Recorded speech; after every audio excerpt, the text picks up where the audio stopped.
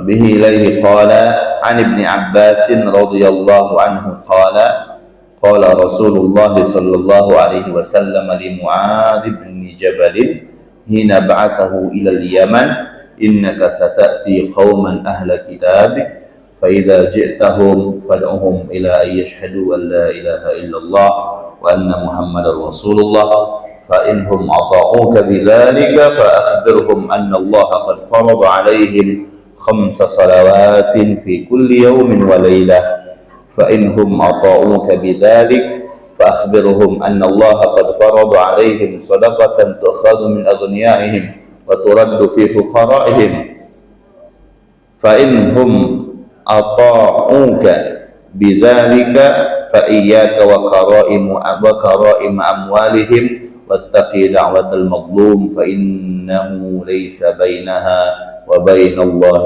حجاب متفق عليه.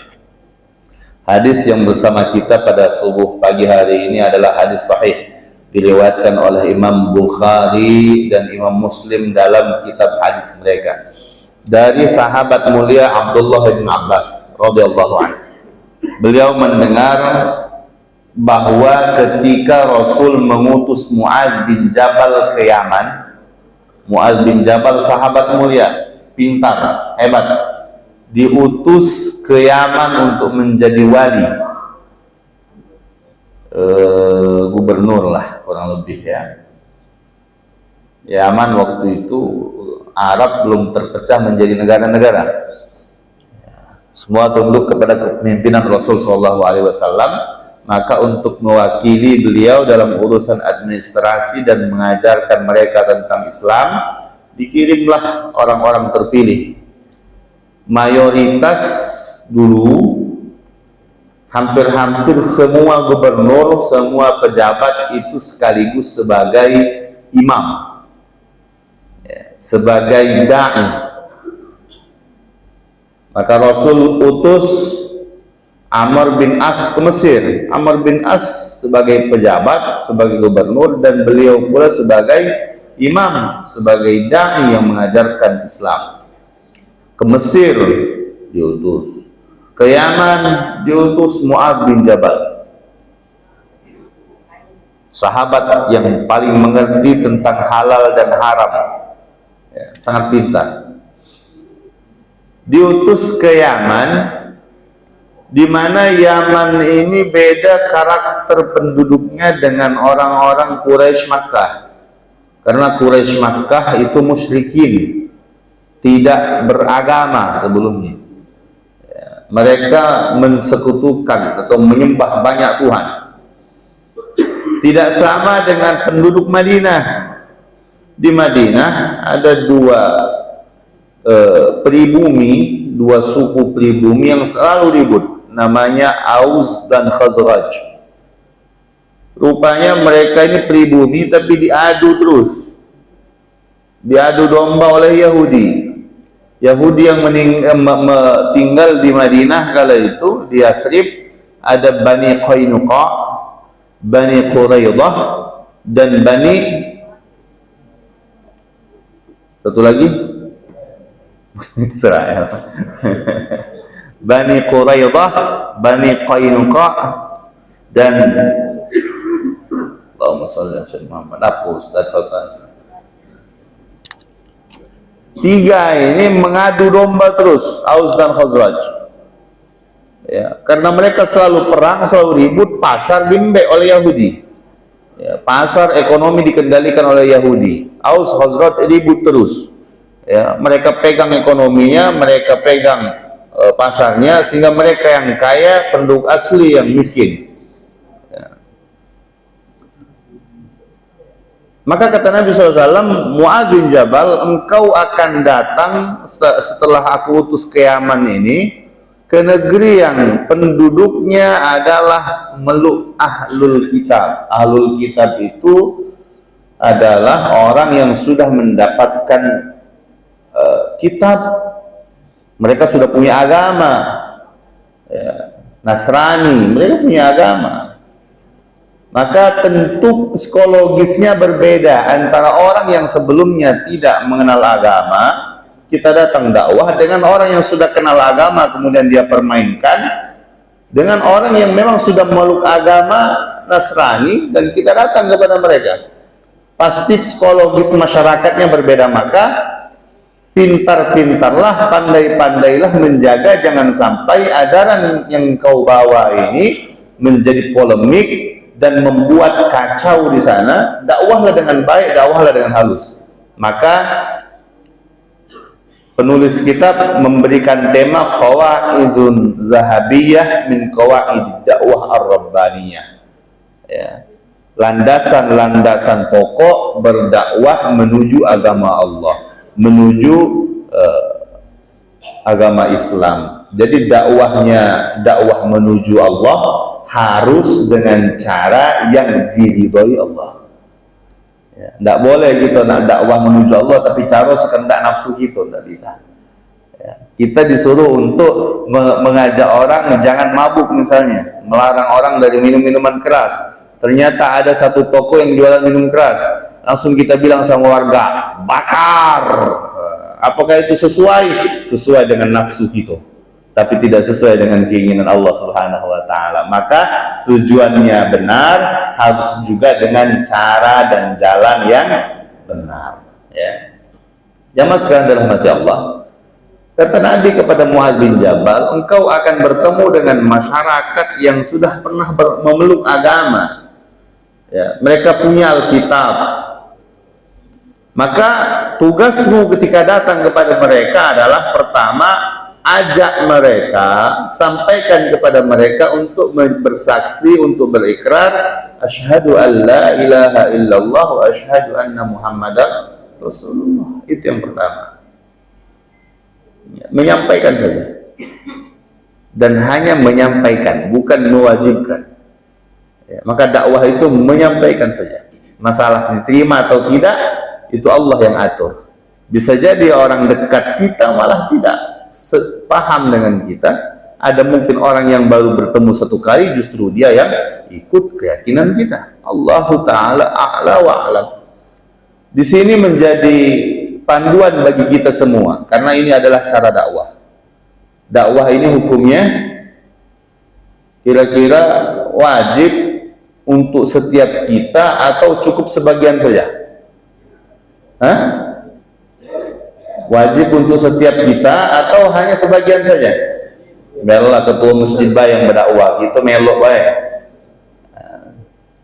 Untuk suami saja atau untuk ibu juga, istri juga? Dakwah ini hukumnya fardu ain, Pak.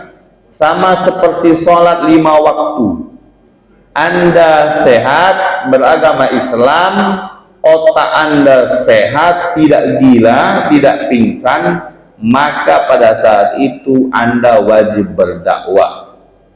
Pak, saya nggak bisa ceramah, saya nggak bisa khutbah. Khutbah, ceramah itu hanya sebagian kecil dari jenis dakwah.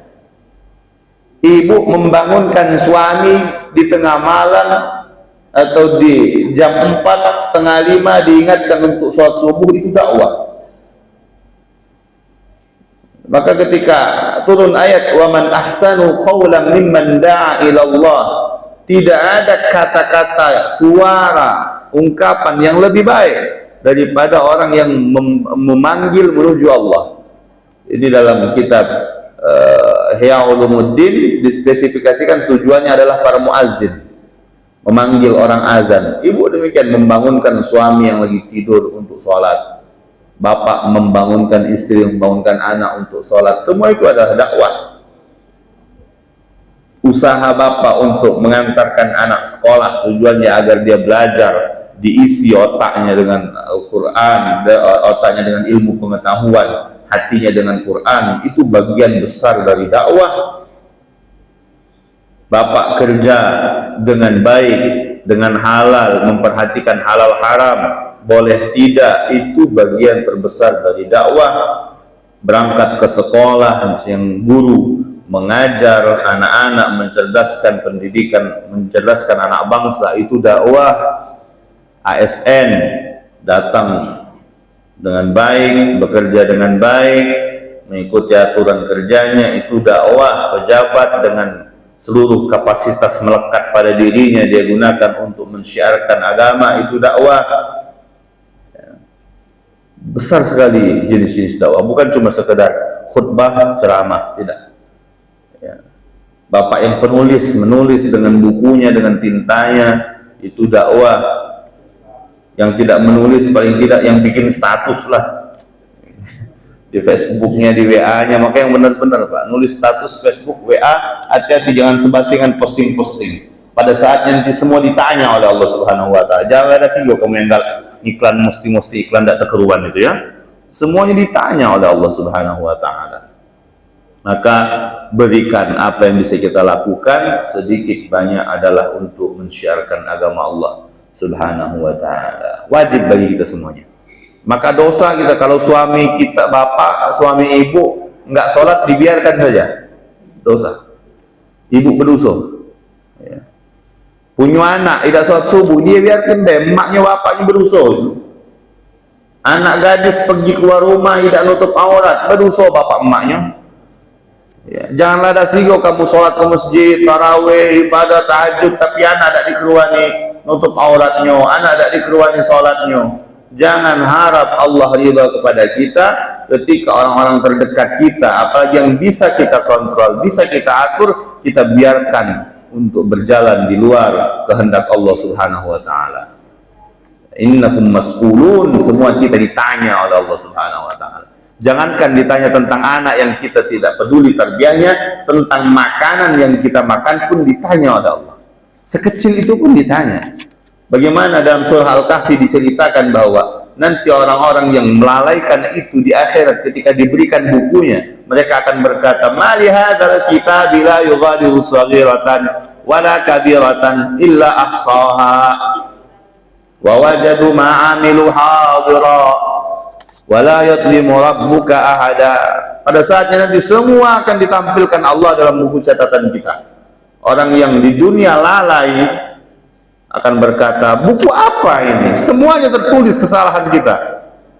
La yughadiru shaghiratan wala kabiratan, tidak dosa besar, tidak dosa kecil, semuanya ada. Menyesal pada saat itu. Sampai-sampai bagaimana Allah ceritakan bentuk penyesalan orang kafir itu, orang-orang yang tidak memanfaatkan dunianya dengan amal soleh, orang-orang yang banyak maksiat, lupa taat, asik dalam dosa, tidak pernah takut kepada Allah, wal'iyadzubillah. Dalam naba dilukiskan bagaimana mereka menyesali hidupnya. Mereka berkata, wa yaqulul kafiru ya laitani kuntu turaba. Seandainya saya nggak usah pernah diciptakan jadi manusia, biar saya jadi tanah saja, jauh lebih baik daripada saya hidup, daripada saya jadi orang tapi amalan saya demikian. Naudzubillah. Mudah-mudahan kalimat itu tidak pernah keluar dari mulut kita. Yang mana dalam hati Allah? Pertama, dakwah aja. Untuk apa? Ucapkan la ilaha illallah Muhammadur Rasulullah. Cuma itu saja. Sampaikan. Maka Islam itu hanya menyampaikan saja. Ya.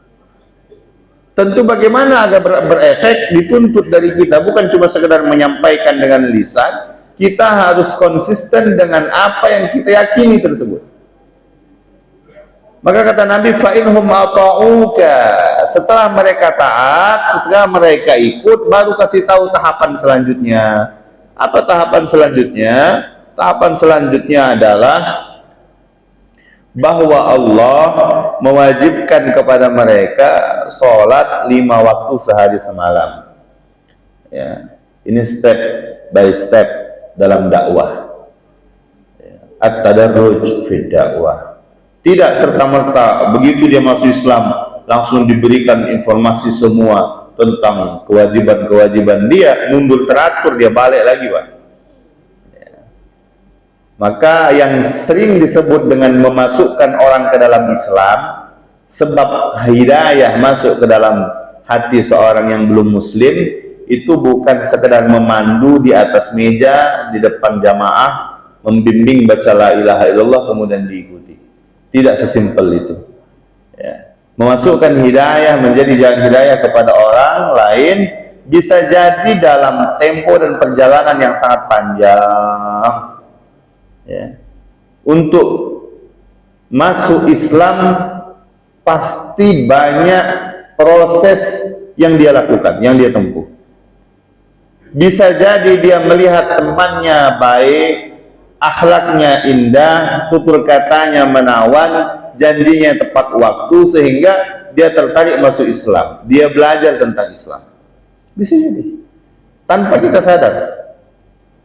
Maka yang dikatakan Rasul kepada Ali bin Abi Thalib, satu saja yang mendapatkan hidayah karenamu, bi an yahdiyaka rajulan wahida khairun laka min humurin ni'ami. Lebih baik bagimu dari mendapatkan sebuah unta merah, kendaraan yang paling mewah kala itu, mendapatkan mobil yang istimewa, jet pribadi.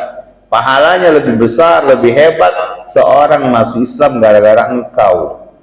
Itu yang saya katakan tadi, bukan yang memandu membacakan syahadat depan umum, tidak, tapi jalan sampainya hidayah kepada dia. Ya. Dan ini merupakan kewajiban kita untuk menjadi penyampai hidayah kepada orang lain. Umat itu ada dua kalau kualifikasinya. Pertama umat dakwah, yang kedua umat ijabah. Ya, umat dakwah itu siapa? Orang yang belum kenal Islam. Dia belum tahu Islam, dia belum mengenal apa itu Islam, bagaimana itu sholat, nggak tahu. Maka tugas kita adalah mengenalkan Islam kepada mereka, menyampaikan saja. Dan salah kita ketika ada orang yang menyampaikan Islam kepada mereka dengan wajah yang menyeramkan. Dulu pasca peristiwa WTC, kampanye-kampanye Islamofobia besar-besaran di internet. Ya. Jadi yang terjadi adalah ketika orang mendengar Islam di Barat, di Eropa, yang ada dalam mindset mereka adalah takut ini bakal jadi teroris. Ya.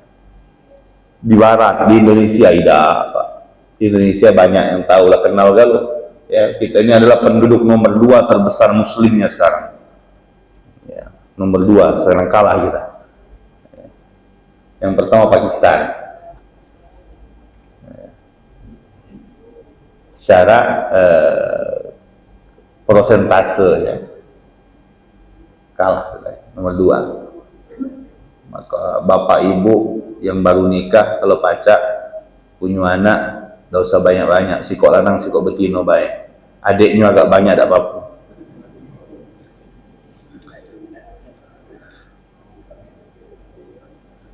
Jamaah sekalian dirahmati Allah, tugas kita menyampaikan asyhadu an la ilaha illallah wa asyhadu anna Muhammadar Rasulullah, tentu ikuti dengan akhlak kita yang baik.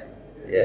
Jadi ketika ada orang yang memahami Islam dengan gambaran yang tidak baik, bisa jadi karena kita yang belum turun sana, belum sampai ke sana. Maka wajib bagi kita untuk memberikan jalan pengetahuan kepada orang lain tentang Islam. Ya. Kemarin saya diundang ada acara di Shenzhen. Di Shenzhen itu ada masjid dibangunkan oleh pemerintah di Cina ya. Dibangunkan masjid, hebatnya di masjid itu dibuatkan perpustakaan, Pak. Perpustakaan, buku-buku yang dengan bahasa yang mudah untuk mengenalkan Islam diberikan untuk perpustakaan tersebut, dengan tempat yang nyaman, disiapkan 3 sarjana muslim setiap hari untuk piket. Kalau ada yang datang maka dia menjelaskan tentang Islam dengan bahasa yang gamblang, dengan bahasa yang mudah. Standby mereka. Dan ketika kami tanya, banyak yang datang. Mereka banyak yang datang setiap hari. Kadang sampai 10 orang, pernah sampai 30 orang bertanya tentang Islam. Jadi prosesnya panjang, nggak begitu langsung kenal langsung asyhadu alla ilaha illallah, enggak. Kenal dulu, belajar dulu apa nih Islam itu cak mano nih ya. Ya, banyak buku-bukunya mereka pelajari, nanti endingnya adalah ketika iman sudah menancap dalam hati mereka, baru mereka masuk Islam. Ya. Maka ketika mereka masuk Islam, kita wajib mendekati mereka, menyenangkan mereka, mengajak mereka dengan cara yang santun. Jangan kaki umbar masuk Islam, kau sekarang wajib sholat. Kalau kau tidak masuk sudah tidak sholat, berdosa kau, neraka kau, balik lagi dia, Pak. Ayo. Balik lagi dia. Dan mereka punya hak dalam Islam ketika mereka masuk Islam, mungkin mereka dikucilkan oleh keluarganya, maka kita menjadi keluarga yang baru. Maka boleh. Innamas shadaqatul fuqara wal masakin. Salah satu 8 asnaf dari zakat itu adalah orang wal mu'allafati qulubuhum, yang baru kenal Islam, baru masuk Islam. Ya. Meskipun ini sekarang jadi modus, banyak orang yang suka menipu, datang ke masjid ngaku mu'allaf baru masuk Islam, minta ongkos balik. Ada yang datang ke sini, pernah jadi korban pengurus masjid. Dia tidak tahu kalau pengurus masjid ini berdulur galau, sepelembang hangat. Ya, hari ini orang pengurus masjid bangga posting, alhamdulillah kami kedatangan mu'allaf, kami berikan bantuan ongkos. Rupanya besok masjid sebelah kena juga. Maka kalau memang ada mu'allaf yang mengaku datang begitu minta ongkos, baiknya bapak enjuk tapi beli ke tiket. Tanya kemana urusan bapak, beli ke tiket. Nah ini tiketnya pak, jangan diinjuk duit cash, mundi ke balik. Ayo bunda dirahmati Allah, kewajiban kita semua. Maka anak kita yang baru lahir, anak kita baru lahir ke dunia, mereka di dalam alam ruh sudah buat perjanjian dengan Allah sama seperti kita dulu. Kata Allah, alastu birabbikum, apakah kalian bersaksi saya Tuhan kalian? Semuanya mengatakan bala, syahidna, iya Allah, engkau adalah Tuhan bagi kami beriman kepadamu. Maka ketika baru lahir ke dunia, diingatkan lagi oleh bapaknya. Maka kata Nabi dalam hadis, begitu lahir anak sunnah diazankan, Allahu Akbar, Allahu Akbar.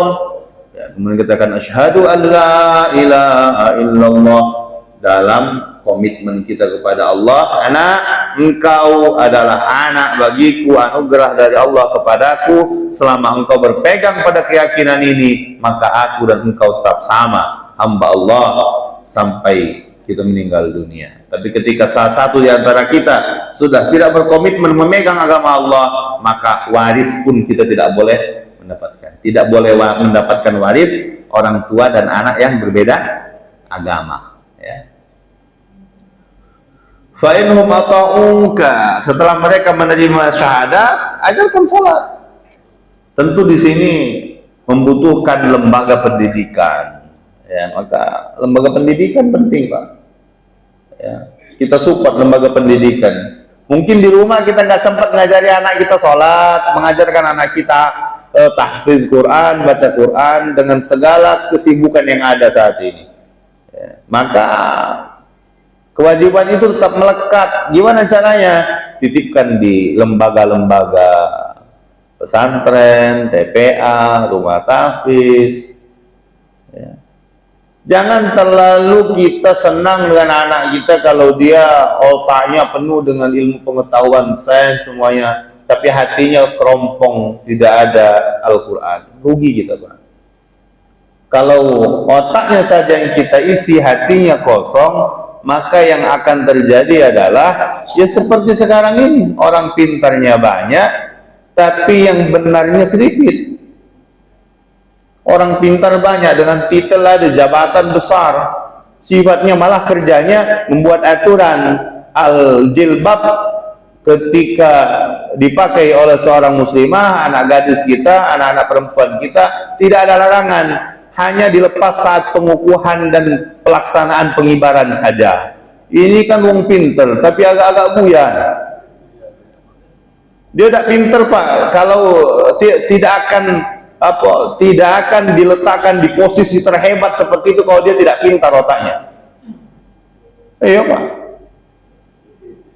pintar cuma hatinya kosong, titelnya banyak ya.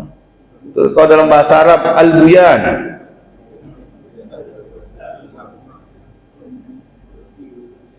tidak terti yang itu tuh, Pak ya. Emang mainan.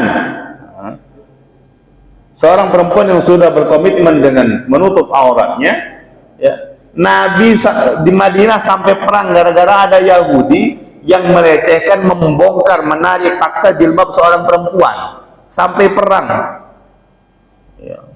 Di Madinah pertama fase-fase awal Nabi SAW di sana ya, yang kemudian terjadilah peperangan kepada Yahudi, memerangi Yahudi karena mereka menistakan simbol-simbol dan syiar-syiar keislaman. Nah sekarang ada pula modelnya ya, paski beraka tidak boleh pakai jilbab. Nah, ya. Alasannya boleh berjilbab, cuma tidak boleh pas mengibarkan dengan pengukuhan. Itu kan lucu juga, Pak. Ya, otaknya ada ilmu, hatinya kerontang dari iman. Coba yang berada di ketua BPIP itu Haji Rohamsi, tidak ada aturan tertentu. Ya.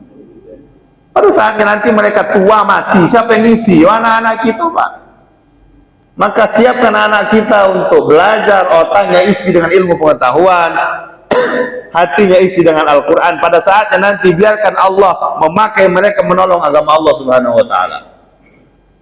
Ya, anak-anak kita yang saat ini sekolah, yang bapak antar tiap pagi, dijemput tiap sore, diantarkan ke pesantren, menangis, emaknya kangen seminggu 2 minggu, biarkan mereka terbang jauh, belajar susah di waktu kecil. Pada saatnya nanti Allah akan percayakan pengambil kebijakan di negeri ini kepada mereka. Kita harus bersiap, siapkan anak-anak kita. Jangan anak-anak kita nanti, saya banyak wali santri datang, Pak, kemudian kita nasihati, Pak Ustadz, aku nak masuk ke anak pesantren, aku tak penting sekolahnya, yang penting dia ngapal Quran. Enggak, Pak, saat ini yang terpenting adalah isi otaknya dengan ilmu pengetahuan dan sains.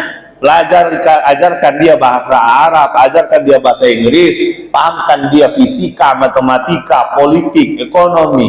Hatinya isi dengan Al-Quran, lengkapkan formalitasnya, dia harus punya ijazah. Banyak sekali datang kepada saya, Pak, orang tua putus asa, yang penting Ustadz istiqomah, baca ngaji, jadi imam, kami senanglah itu. Tidak cukup saat ini, Bapak Ibu dirahmati Allah. Kalau orang-orang solehnya balik ke musola galo, balik ke masjid galo, yang ngurusi negara kakek yang tidak kata aku.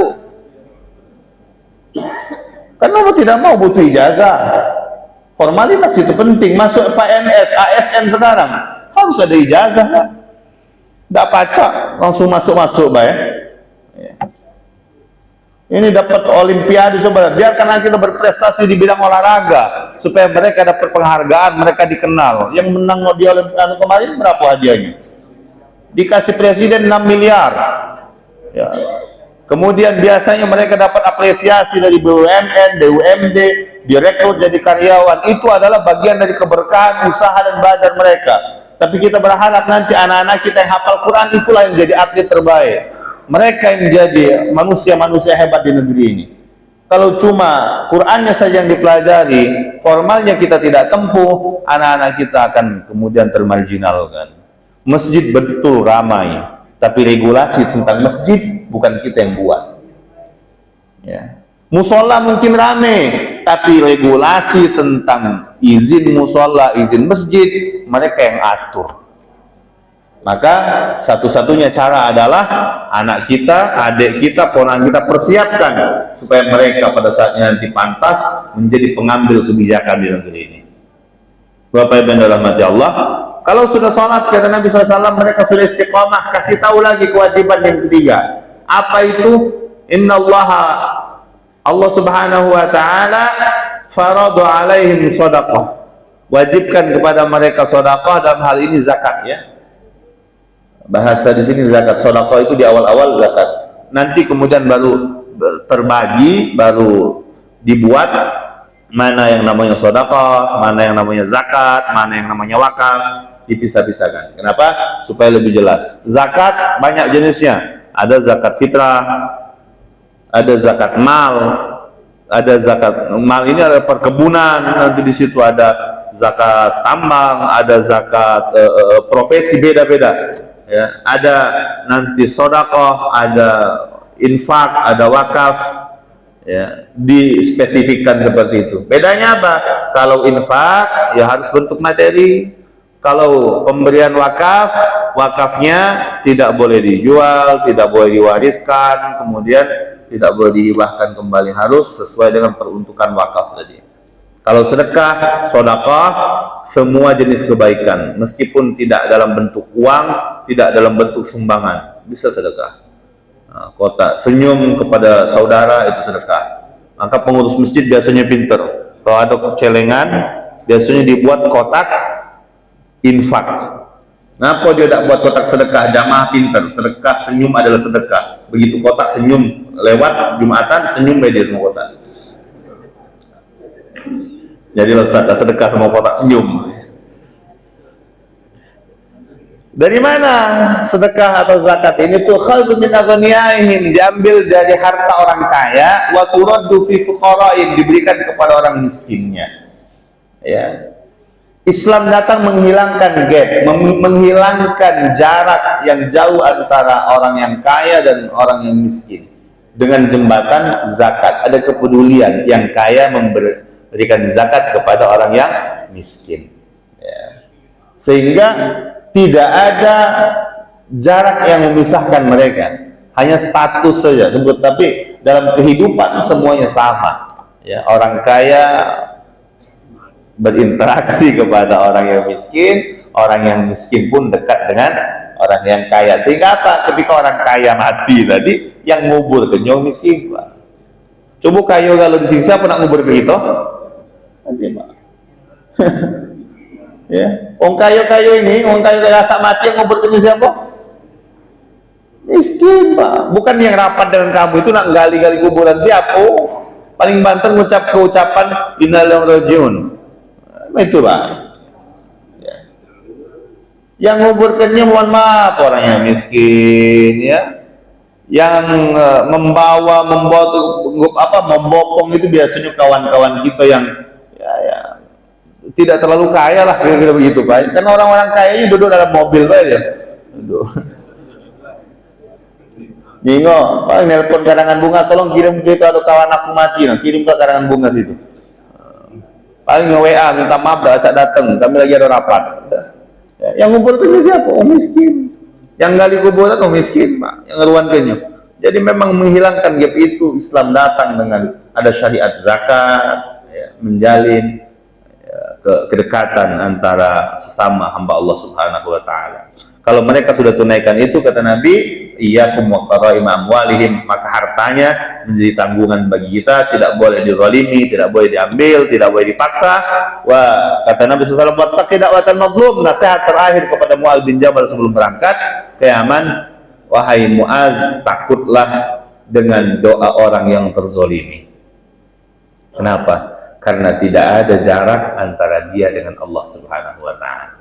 Ini pesan terakhir. Dan ingat, menzalimi adalah suatu perbuatan yang diharamkan Allah terhadap dirinya. Apa kata Allah? Inni haramtu dzulma ala nafsi faj'altuhu bainakum muharrama. Aku haramkan berbuat zalim kepada diriku, kata Allah. Allah yang mengatakan, maka aku haramkan kalian dari berbuat zalim kepada sesama kalian. Jangan nengok air, Ustaz, tidak apa-apa, bukan wong Islam juga, tidak, semuanya, siapapun dia. Ya, jadi kalau ada cerita nak maling apa, oh ya kita ni bukan maling punya Islam, kita ni maling punya bukan Islam, jadi tidak apa-apa, tidak ngerti. Ya. Ada teman-teman hacker, ya, teman-teman hacker itu yang bilang begitu, Pak. Ya aku ni bukan maling punya duit orang Islam, aku ni ngambil duit Israel, biar lemah dia. Tapi dia nikmati juga uangnya. Ya tidak boleh. Siapapun dia tidak boleh kita ambil harta dengan tidak hak. Dia terzalimi. Ketika dia terzalimi, kalau ada orang terzalimi di antara kita, ya Bapak Ibu rahmati Allah, tidak perlu takut kalau dia ngelapor polisi, tidak perlu takut pacak diurus, ya pacak berjawaban gitu. Yang takut kalau ngelapor sama Allah. Kalau dia ngadu sama nyari LBH dan sebagainya, masih mending itu urusan dunia gampang. Yang payah kalau dia mengangkat tangan, menangis dia, kelar hidup lo. Maka kata Nabi, taqi da'watal mazlum, hati-hati betul dengan doanya orang yang terzalimi. Kenapa? Mungkin orang-orang di dunia bisa tertipu dengan argumen, dengan kata-kata, dengan berkas, tapi Allah tidak akan tertipu dengan itu semua. Maka ittaqi da'watal mazlum, hati-hatilah, takutlah kepada doa orang yang terzalimi, siapapun dia, karena tidak ada sekat pembatas antara dia dengan Allah Subhanahu wa taala. Nasihat Nabi kepada Mu'adz bin Jabal ketika diutus ke Yaman untuk menjadi gubernur, untuk menjadi pengajar, untuk menegakkan agama Islam di sana. Mudah-mudahan Allah Subhanahu wa taala jadikan panduan ini kepada kita bahwa step by step dalam dakwah itu penting, bertahap, namun dengan tujuan yang jelas.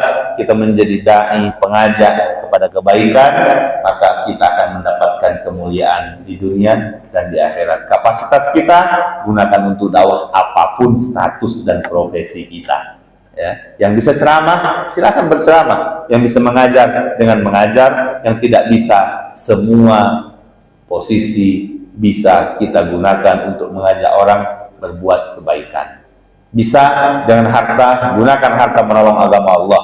Ada anak yatim yang kesulitan makan, kita hadirkan. Ada yang kesulitan pendidikan, kita bantu pendidikannya. Orang tua yang mau berobat, tidak ada uang, kita hadir, kita bantu prosesnya. Insya Allah semua itu menjadi bagian dakwah bagi kita umat Nabi Muhammad Sallallahu Alaihi Wasallam. Mudah-mudahan pagi ini kita diberkahi Allah Subhanahu Wa Taala, kita tetap dengan pandangan rahmat. Ada yang mau didiskusikan sebelum jam 6? Ya, silakan Bapak. Waalaikumsalam warahmatullahi wabarakatuh.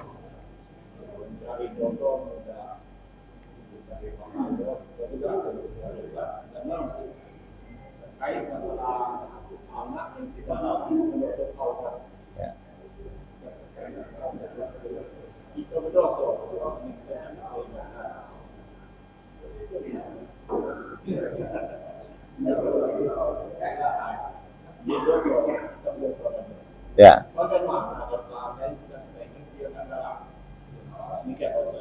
Baik, terima kasih Bapak. Kita ini dai atau hakim? Yang wajib mengajak atau menghukum? Mengajak atau memvonis? Ya sudah Pak. Jadi gawe kita ini ngajak, ngingetkan dengan cara yang baik. Tetangga kita ajak sholat, ya wajib kita cuma ngajak. Dia belum nak sholat, besok mana? Ajak sholat lagi. Luso ajak sholat lagi. Pak Ustadz Laneman, Nabi 13 tahun Pak ngajak orang mengucap la ilaha illallah. Yang beriman cuma 100. Jadi kewajiban kita cuma mengajak, mengingatkan anak kita suruh pakai jilbab. Kalau betino Pak, kalau lanang jangan dipaksa. Diingatkan dengan cara baik, dibelikan pada momen-momen tertentu, dibelikan jilbab misalnya, dikasih mukena, ya. Dan hampir bisa dipastikan kalau dia sudah besar sekarang tidak mau menutup auratnya, mungkin ada nilai, ada kelalaian dari kita sejak kecil. Ya. Karena anak itu akan tumbuh dari ibnul bi'ah, anak lingkungan. Kalau emaknya dulu berjilbab, ayahnya berjilbab, neneknya berjilbab, pastilah anak itu besar lagi pakai jilbab. Sekarang sudah terlanjur, tidak ada terlanjur, kita bisa mengingatkan, mengajak. Ustadz, lalamo, latuwo, ingatkan masih tidak galak, besar pahala bapak, panjang amalnya. Ya. Kalau bapak ingatkan sekali kemudian pakai jilbab, kan selesai di situ Pak, pahala ngajaknya. Ya, tinggal pahala nanti. Karena dia pakai jilbab batas saran bapak saja dapat pahala. Tapi kalau berkali-kali terus, maka kita tidak boleh putus asa. Jangan cuma ngajak, bangun malam doakan dia. Doakan. Ini dalam semua hal Pak ya.